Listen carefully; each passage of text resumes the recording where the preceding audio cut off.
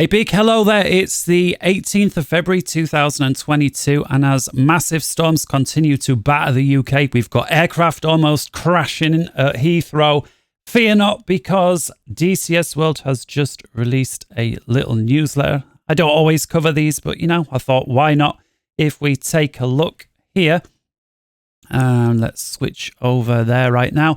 Dear fighter pilots, partners, friends, we continue working on a bug fixing and enhancements for our piston engine aircraft.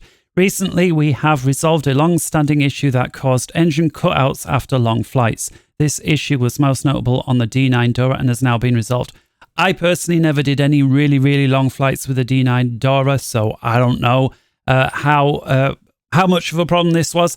I've certainly flown 30-40 minutes with most of the warbirds, at a minimum, I would say, and never noticed this. But great news there. So they finally resolved this issue that I'm sure some of you will have known. The next step to improving the flight dynamics of DCS Yak 52 are underway. Please keep a lookout for the next open beta update to see these improvements and many other bug fixes.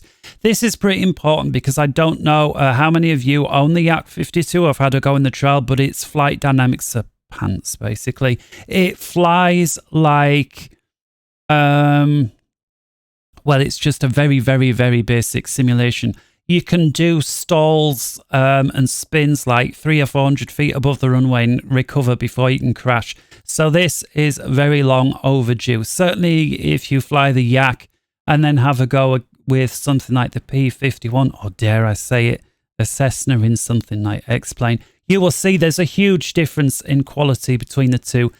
So yeah, an improvement with the flight dynamics of the Yak 52, very welcome, certainly from me.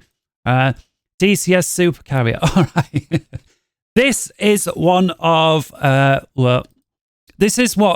I've only ever had one comment that has been banned on the Eagle Dynamics forums, and it was when I said that the Supercarrier was an example of the worst time and the worst module, in my opinion, that Eagle Dynamics ever did. It came out 2 years ago, or maybe even a little longer than 2 years ago now, right in the thick of everything going wrong. If you remember, there was loads of updates, loads of new stuff coming out. It was right around the time the F-16 and Jeff 17 was coming out. It was the most buggy thing. Everybody was complaining. It was laggy. It kept crashing, and it was a terrible time. And in the middle of that, when people were complaining about these bugs, they came out with a Supercarrier. Hey, shiny new toy. Look at this over here. Don't worry about the bugs over there. Look at these guys on the carrier doing the hand signals. And everyone was really excited over this. And it is delayed, and then it came out and basically been next to no updates since. I mean, I know there was some lighting that was improved at night, and I think some water effects on the deck. But basically, for 2 years, it's gone nowhere. But finally, looks like they're addressing. They've been listening. And I know I give them a hard time over this Supercarrier, but come on. Some of us made the mistake. That's the wrong word, isn't it? Some of us bought the Supercarrier, not realizing actually it was going to take 2 years to get past what we basically got on release. So let's have a look. The work on the Greenie board is finished and relays the actual information from the LSO station to provide live updates during the mission. Let's have a look at the development screenshots then. And oh yeah, they've got the flare stuff as well. So let's the new flare stuff, but where are we in relation to what we're talking about? Looks like we've got it here. So we see these 3 images here. So let's click on this one. Hey, look at that. Looks like they're doing a score here. Nice. So we can see the different pilots, what aircraft they're in, the call sign and their average score, and yeah, how well they're doing. So it looks like one guy here doing really well, and basically nobody else could be bothered. Moving across here is another view of the briefing room together with a little plat cam there. And come over here. There is the plat cam more zoomed in with the foul deck. So yeah, those of you know, if you have the Supercarrier and you press the Alt F9 keys, you can jump over to the ship view, and you've got that little computer box. This is what you see in that box. So it's nice to see it replicated somewhere else, in this case, the briefing room. Let's jump back and see what else they say before we take another look at the other screenshots. We are happy to inform you that the DCS AH64D has now entered closed beta testing. This means that we are confidently moving closer to the early access release. Exciting stuff, hey? The initial feedback from the team is excellent and extremely appreciated. Read more. So once again, let's click on this. So here we go. This is a significant milestone. Our closed beta team consists, let's zoom in a little bit just so that people can see, consists of many community members that assist us in testing modules near the tail end of development as additional quality control step. Full disclosure, I'm not part of this. I'm not part of Eagle Dynamics. I'm in no way affiliated with them. This allows me to say good stuff as well as the bad stuff, because that I think honesty is really important. I'm not saying there's anything wrong with people who are affiliated with Eagle Dynamics, as long as you're honest about it.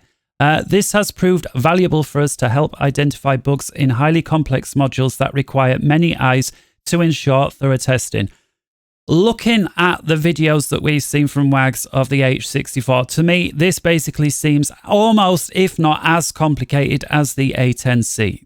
Right off the bat, just saying that the A10C, of course, a hugely complicated module, although the A10C was made before DCS was a thing, and so, yes, it was very complicated, but it didn't have to work with anything else. These, of course, now do have to work with all the other modules and everything, so yeah, very impressive. We sincerely thanked all our closed testers for their time and hard work. Testing is not always fun. It can be tireless work. Well, absolutely. You're trying to do something, you run into a bug and they want to know all the error logs and reports and why did it happen. Do it again. Is it still working? Try doing it this, try doing it that way. Is it still... Sounds frustrating, not a job that I would like to do. A critical aspect of the closed beta effort is network play. This has historically been an area more difficult to test internally because of the requirement for many players online. Absolutely.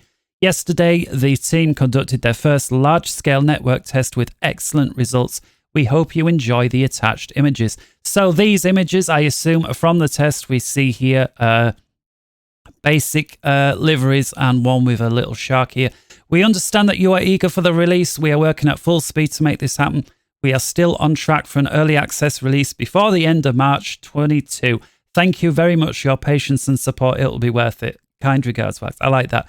We're still on track for an early access release before March. So it was before Christmas, then it was by January, and now it's before the end of March. So to say still on track, okay, let's, again, Wags and everyone at Eagle Dynamics, we care that we have a nice, decent working helicopter, not that it comes out by a set date. You know, I'll tell you what, in future releases, here's a really good way how to do it. We think it might be ready Q1, Q2, Q3 or Q4.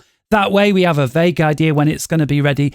But if you say by Christmas and it's not, nobody's going to have a hissy fit. Again, nobody should have a hissy fit. Those of you, especially who were here 2 or 3 years ago in those very dark days, should not have a hissy fit when they push stuff back. Because what would you rather have? A game that doesn't work or one module pushed back a bit? Come on.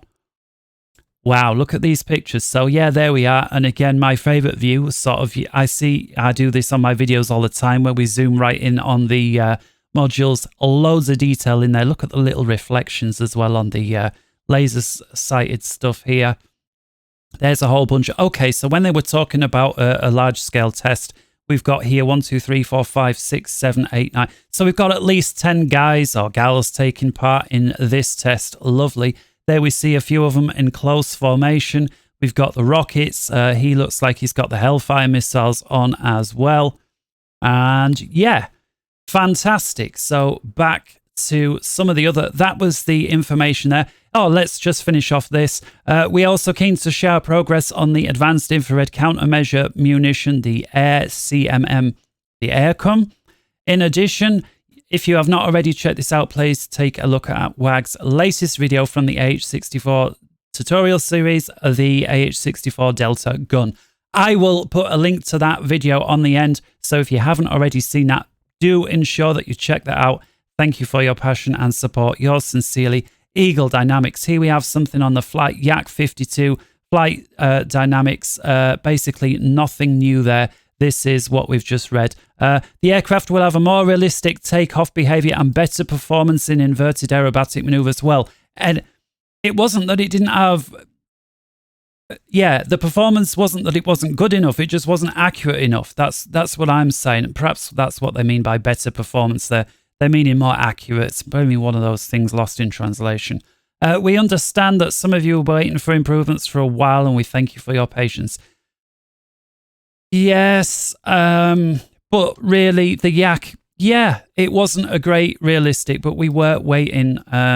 It wasn't like, oh, come on, improve the flight dynamics of the yak. You know, there were other things that we were waiting for. But yeah, any improvement is always a good thing. Clearly, the yak not used in the majority of missions for obvious reasons, but still nice to have it done.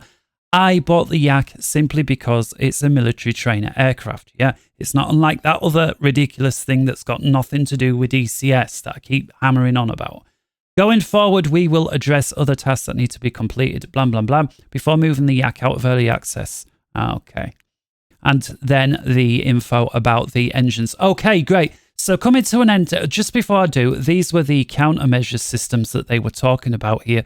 We see the dispensers here, each one of these, either holding chaff or flares, although I assume probably in this one, if it's to do with the AH-64, it's probably just flares.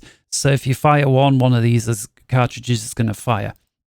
There we actually see it loaded up. That looks really cool. And I guess the big F just means flare, right? Though some people who worked on this, correct me if I'm wrong, I guess this is the other side. And it looks like this thing might be able to twizzle around. So you might be able to see here, it looks like it's pointed forward. Here it looks like it's maybe pointed down. So very interesting there. And of course, I know I didn't cover this because, again, I'm not making newsletters all the time. But look at the new flare stuff. Look at that. So we've got some explosion here from the attack. And we've got the heat from the cabin. Look, it's glowing up. And the engine there, as well as the people. No more glowing up bushes and trees at night. Wow. Not exactly sure what the detail, the situation is here. Looks like the tyres on this truck kind of warm, not this one. Although it looks like there might be a little bit of heat somewhere in there. Certainly the UAZ or whatever it is, not giving much heat. Excuse me for that bing bong. If we take another look here, we do have the glowing up grass situation with the flare. I assume this is a work in progress picture of the AH-64 and not the new flare stuff, because if we take a look, this is the problem that exists now. We've got fields and all sorts glowing up like no difference between that and explosions, whereas here clearly a massive difference. And last but not least, here we have another one. We see the glowing up figures, the infrared, the heat on the trucks and so on, not the ground, not the road, not the bushes. Fantastic stuff. Hope you enjoyed this one. Until next time, take care wherever in the world you are. Good morning, good afternoon, good evening, and good night.